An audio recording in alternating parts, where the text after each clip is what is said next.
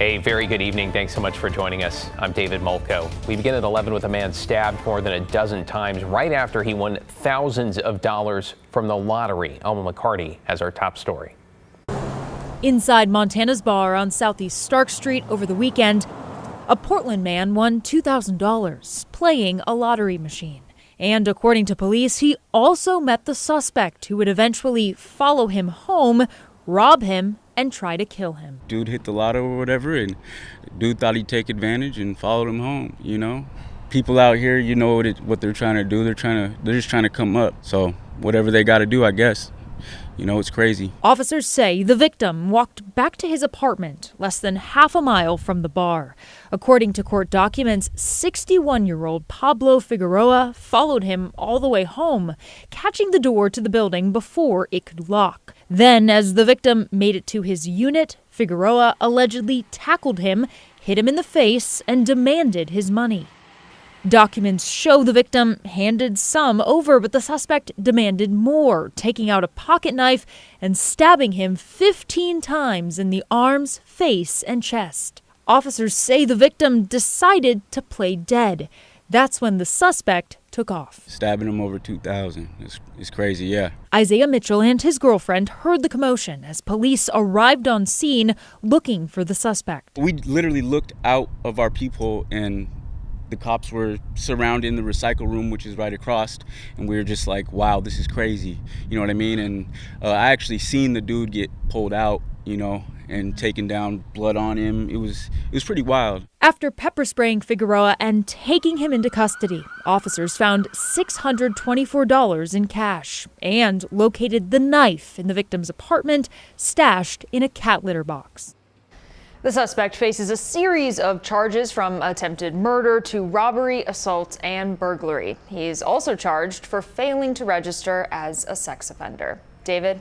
Yeah, what a wild story. Thank you, Alma. To get you caught up on tonight's other headlines now, 3 people have been forced from their homes by a fire at an apartment tower in Portland's Sellwood neighborhood. Crews say this sparked on a 5th floor balcony around 8 this evening at the Sellwood Center that's at Southeast 17th and Tenino, and then spread to 3 additional floors. No one was hurt thanks in part to neighbors who looked out for one another. There was this one lady that, you know, we had to help her down the stairs and stuff. She started crying. I was like, it's okay. It's going to be okay. You know, I was kind of scared for her, though. Like, I was scared for all of us, to be real. No kidding. The fire was out within half an hour. No word yet on the cause.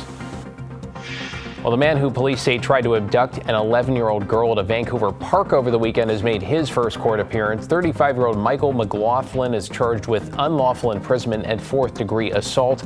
In court today, prosecutors asked the judge to add attempted kidnapping charges, though the judge said what happened in the park Sunday did not appear to meet the legal definition of kidnapping. Today, the suspect's mother told KGW this was all a misunderstanding and her son thought the girl was his daughter, whom he hasn't seen in 2 years. And a Portland man is facing federal charges after he allegedly threatened to blow up Jewish hospitals in New York. Federal prosecutors have indicted Domagoy Petkovich, saying he made 6 fake bomb threats in 2021 targeting Jewish hospitals and care centers. The threats led to multiple bomb sweeps and at least 1 partial evacuation and lockdown. If convicted, Petkovich could face up a sentence of up to 155 years in prison. Let's take you outside on this Wednesday night. 68 degrees in the Rose City, where relatively calm skies are set to turn stormy. Chief Meteorologist Matt Zafino is here with a first look at the timing. Matt? Yeah, you can see the cloud cover out there from the Rose City Sky Camo. We're going to have a lot of cloud cover over the next several days. It's fairly warm, though. The clouds will do that, help keep it a warmer night. 68, we probably won't drop out of the 60s tonight. And there is rain in the region, but it's up on the coast of Washington down to the northern coast of Oregon and a little bit spilling over into the coast range, but not very far.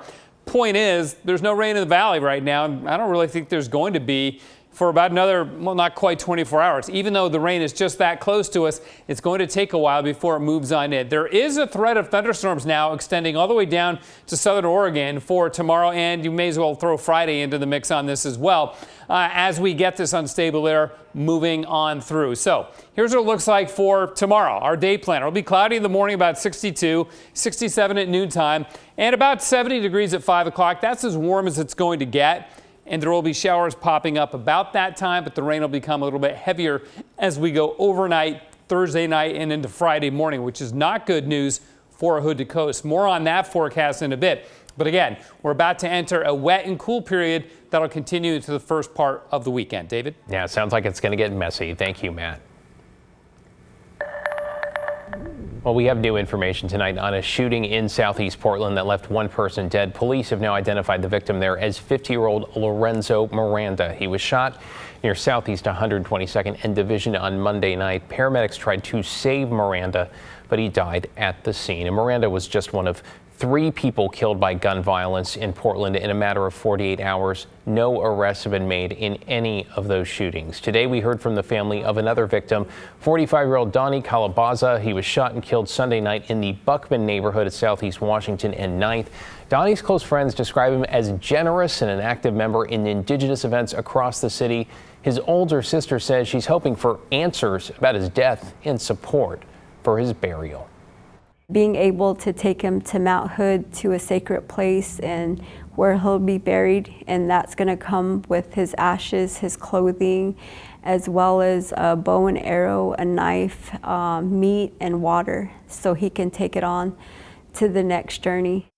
Donnie also leaves behind a 17-year-old son. His family has set up a GoFundMe to help with expenses. Now, there's a certain candidate that says if we just go to the polls this one time, that we'll never have to do it again. Well, you know what? You're looking at a registered independent who's proud to vote again and again and again because I'm an American and that's what Americans do. Well, to some star power on night 3 of the Democratic National Convention, with Oprah taking a jab at former President Trump and calling on Americans to choose, quote, optimism over cynicism as she backs Vice President Kamala Harris to be president. Tonight, we also heard from Harris's running mate, Tim Walz. NBC's Bree Jackson has the highlights. Minnesota Governor Tim Walz officially accepting the Democratic Party's vice presidential nomination tonight. It's the honor of my life to accept your nomination for Vice President of the United States. On the biggest stage of his career, the retired National Guardsman laid out his role in the ticket's fight for freedoms. We mean the freedom to make a better life for yourself and the people that you love. Freedom to make your own health care decisions. Singers John Legend and Sheila E. performing Prince songs, a nod to a Minnesota icon.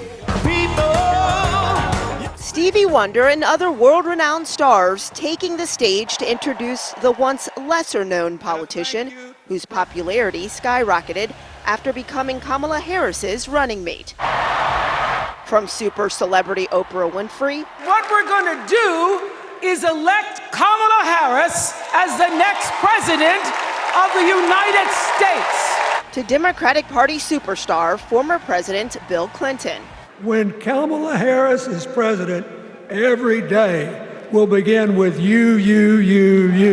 Democrats lining up to support Kamala Harris and Tim Walz. Everyday people sharing how the former teacher and coach impacted their lives. Our job for everyone watching is to get in the trenches and do the blocking and tackling. A man who has taken on many roles, now officially adding the title of vice presidential nominee. And the theme here on Thursday at the Democratic National Convention is For Our Future. Democrats say America cannot afford to put Donald Trump back in the White House. And of course, Vice President Kamala Harris, she'll take the stage and officially accept the presidential nomination. In Chicago, Bree Jackson, NBC News. Well, for the first time in more than 60 years, counties across Washington are preparing for a hand recount in a primary election. This is in the race for Public Lands Commissioner, where Republican and former Congresswoman Jamie Herrera Butler is advancing to the general, though it is the second spot in the top 2 primary that's in question. Democrat Dave Upthegrove ahead of Republican Sue Keel Peterson by just 51 votes, triggering the recount. Clark County says it'll start Saturday. King County on Monday. It's expected to take about a week. The elections director there in Seattle, by the way, says it's been a while. It's been 20 years since we've had a statewide recount here in Washington state. So back in 2004, it's been some 60 plus years since we've had a statewide recount in a primary election. Well, state data shows nearly 2 million ballots will need to be hand counted. In our homeless crisis, Multnomah County says it's getting more people into housing and shelters. According to newly released data from the Joint Office of Homeless Services, nearly 5,050 people have been rehoused in Multnomah County in the last year. That's an increase of more than 1,200 people, or 28% since the previous year. In addition, nearly 7,900 people entered shelters, which is a nearly 35% increase year over year. Officials credit the extra tax money coming in from the Supportive Housing Services measure.